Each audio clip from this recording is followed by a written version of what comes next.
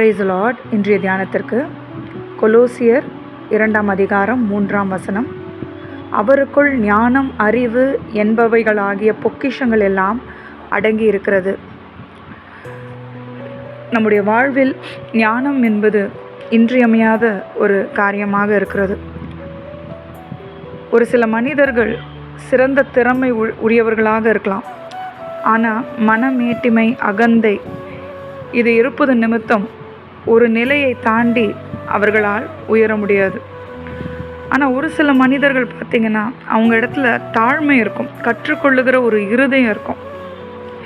மற்றவர்களிடத்தில் எப்படி அணுகணும், பேசணும், பழகணும், எந்த அளவில் அதில் அந்த காரியத்தில் நிறுத்தணும் எல்லாமே அவங்களுக்கு தெரியும்.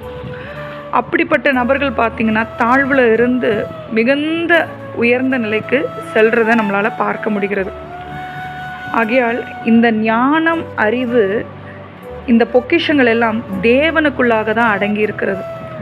நம்ம அனுதினமும் ஜெபிக்கும் போது, தேவனிடத்திலிருந்து இதை கேட்கும் போது நம்மை நிறைவாய் அவர் நிரப்புகிறவராக இருக்கிறார். அதன் மூலிமா நம்ம வாழ்வில் உயர்வடைய முடியும். இந்த உலகத்தில் லௌகீக ஞானம், மாயமான தந்திரமும் இருக்குது. இந்த மாதிரி காரியங்களுக்கும் தப்பு வைக்கிறது தேவனுடைய ஞானம், அறிவு மாத்திரமே.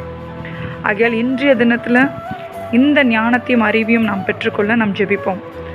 அன்பின் பரலோக தகப்பனே, ஆண்டவரே, இந்த நாளை நீர் தந்ததற்காக நன்றி. இந்த நாளும் கூட ஆண்டவரே, பரத்திலிருந்து இறங்குகிற ஞானத்திற்காக நாங்கள் ஜெபிக்கிறோம் அப்பா. அது சுத்தமுள்ளதாக இருக்கிறது, இணக்கமுள்ளதாக இருக்கிறது. ஆண்டவரே, இந்த உலகத்தின் ஆண்டவரே எல்லா கேட்டுக்கும் எங்களை தப்புவிக்கிறதா இருக்கிறது. பகுத்தறிகிற ஒரு அறிவை தருகிறதா இருக்கிறது ராஜா.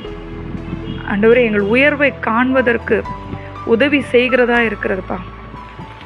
ஆண்டவரே, உமது கரத்திலிருந்து இறங்குகிற ஞானத்தை நாங்கள் பெற்றுக்கொள்ள உம்மை நோக்கி ஆண்டவரே நாங்கள் ஜெபிக்கிறோம் அப்பா. எங்களை முற்றிலுமாய் நிரப்புங்க. இன்றைக்கு ஜெபிக்கிற ஒவ்வொருவருக்கும் இந்த ஞானத்தையும் விவேகத்தையும் தாங்க. அவங்க வாழ்க்கையில் அந்த உயர்வை அடைய, லக்கை அடைய சகல விதமான ஆண்டவரே பரிபூரணத்தினால அவங்கள நிரப்புங்க.